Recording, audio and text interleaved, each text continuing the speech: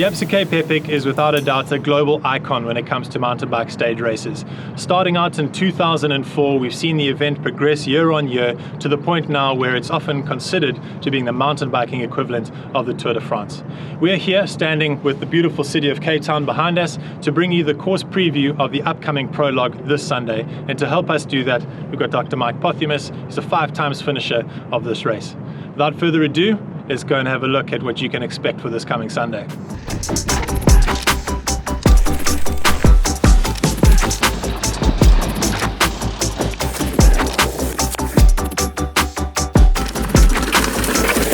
Alright, so to keep things simple here on the Prologue, we're going to break things down and we're going to focus on 4 main features. We're going to be focusing on what Mike likes to call MF1, or as the race calls it, the quarry climb. We're then going to move on to Deer Park, followed by Deadmans Tree and the trails at UCT. But Mike, let's start at the very beginning. UCT to the quarry climb, what can riders experience or expect?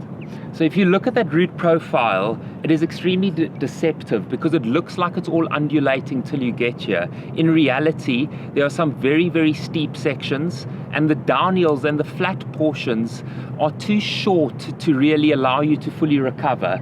So really from the start to the end of what I call MF1, the quarry climb, really is a sustained effort. So you've got to pace yourself as if there isn't any downhills or any flat sections because they're too short to really recover. Okay, so that means that you're going to be heading into quarry climb having done some hard work. It's the Prologue, the pace is intense. If you're not racing in the front, you generally are going to be pushing yourself. You're excited, you've worked up towards this moment. But let's break down the quarry climb specifically. What can riders expect from it, and what is the best way to approach it? So as you said initially there, you're absolutely spot on, and that's the point I try to make. When you hit the quarry climb, you're going to be broken. So you really have to watch out and watch your lines. So because you are going to be tired, the climb does become a lot steeper and more challenging. Riding this fresh might be easy for most, still challenging for some riders, but hitting it on the limit is going to add an extra challenge. So the climb is extremely steep. When you ride these steep gradients, you've got to try and slip forward, sit on the tip of your saddle, and try and get your weight over the front wheel so that you don't have your front wheel lifting. You'll have to work hard with your arms to fight to keep your weight further forward and to keep sitting on the tip of your saddle. It also looks to be pretty loose under wheel. I mean, the traction control is also something to consider. If your weight goes too far forward, then you're going to break traction, which is also something you want to avoid. So while you have your weight over the front, as I explained, it's important to keep your head up and look where you're going. You'll see this gravel under your wheels does become very slippery, so look out for sections that you know you're going to be able to get grip. Halfway up, you'll see where it kicks up and becomes very steep. The line is to the left-hand side of the trail, so look out for little grass patches if you'd need to be able to get some extra grip to be able to keep your momentum going.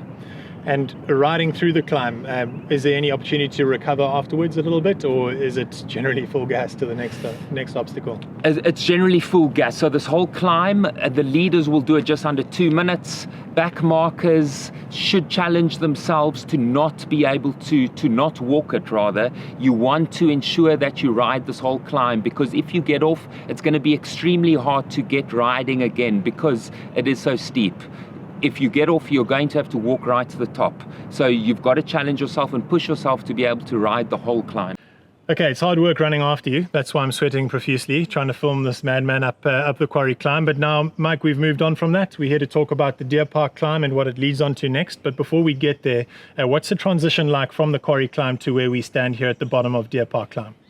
The transition is majority downhill. So you're going to have to use this section from the top of the quarry climb to the start of this climb at Deer Park just to be able to get your breath, because this is significant, because this is really the start of a long sustained climb to the top of Deadmans Tree.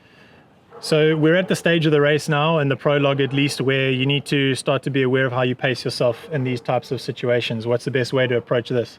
Pacing is important from this point onwards, because this is a steep kick and you don't want to attack this like you attack the quarry climb. You've got to pace yourself for the full duration of the climb. This climb is only going to end at the top of Deadmans Tree. So don't go and kill yourself up this steep section. You've got to pace yourself to be able to hold that intensity for the full duration. The pros are going to take 10 minutes, the back markers 20 and over. Cool. So this is obviously not riding related, but if you're a spectator and you want to come and watch the prologue, this is also a fantastic spot to come in and watch all the riders. Nice and covered by shade, so do come and check it out.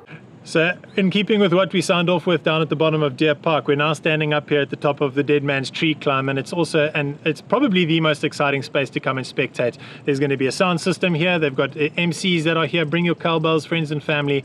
It's a spot you want to come and watch. It's also a point where the riders' heart rates are going to be at the absolute maximum. They're going to be really taking some strain. Absolutely. So as we said down below, this is the final little bit of a long sustained climb, and it kicks up again around this last corner. So come up here, cheer for the riders. You'll see them coming up, and it is probably again one of the steeper sections of the course. Okay, so let's talk about the trail now specifically and the Deadman's Tree climb. There's nothing really technical about it, but once again, we're on a slippery surface. Being so steep, it's easy to lose traction. What is your advice for the best way to approach this final climb? Around this last little corner, you'll generally see the line. It starts on the right, you'll move across to the left and then finish on the right again. And then round this corner, there is a nice tarred section that you will be able to get some grip on, but just be careful of those loose pebbles to be able to make sure you don't slip out. And being aware of your partner here, I'd imagine it's going to be tough to try and push up this climb, because it looks as though there is one line. What is it? Just positive words of encouragement or shouting at them? How do you get your mate up here if he's taking strain? Yes, 100%. You want to be supportive at this stage and just help them get to the top, where they'll be able to get a little bit of rest behind your wheel once you hit the tar.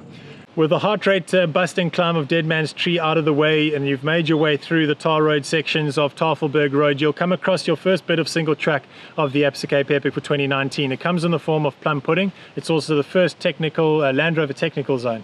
It's been well documented. We're not going to talk through it today, but if you want to see footage of it, you can just click on the card above. We've moved down to the UCT trails though, and although it's very close to the finish mark, you want to be paying attention here and not making any mistakes. Yes, there are a lot of opportunities to make little mistakes. You've got to remember that this is only the prologue.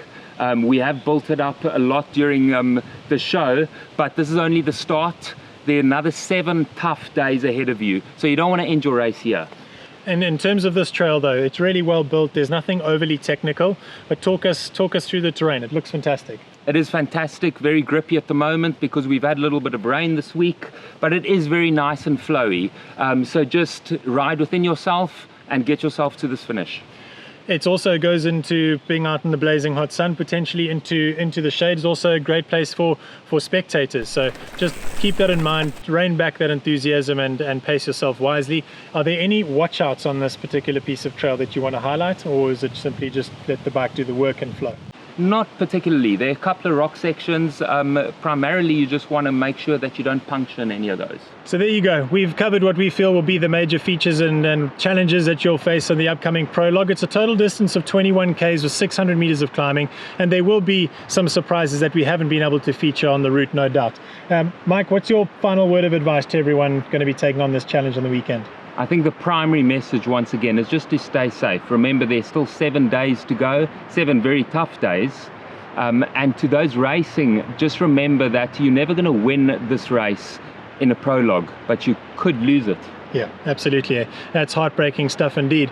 But folks, if you have tuned into All Ride and this is your first time, please do continue to support us by hitting the subscribe button, turning on those notifications. It's been an absolute pleasure to take you through what your prologue journey will be. And yeah, we're weekly episodes, so yeah, be sure to tune in. But until then, and we next see you, keep the wheels on the ground, stay safe. It's adios from us.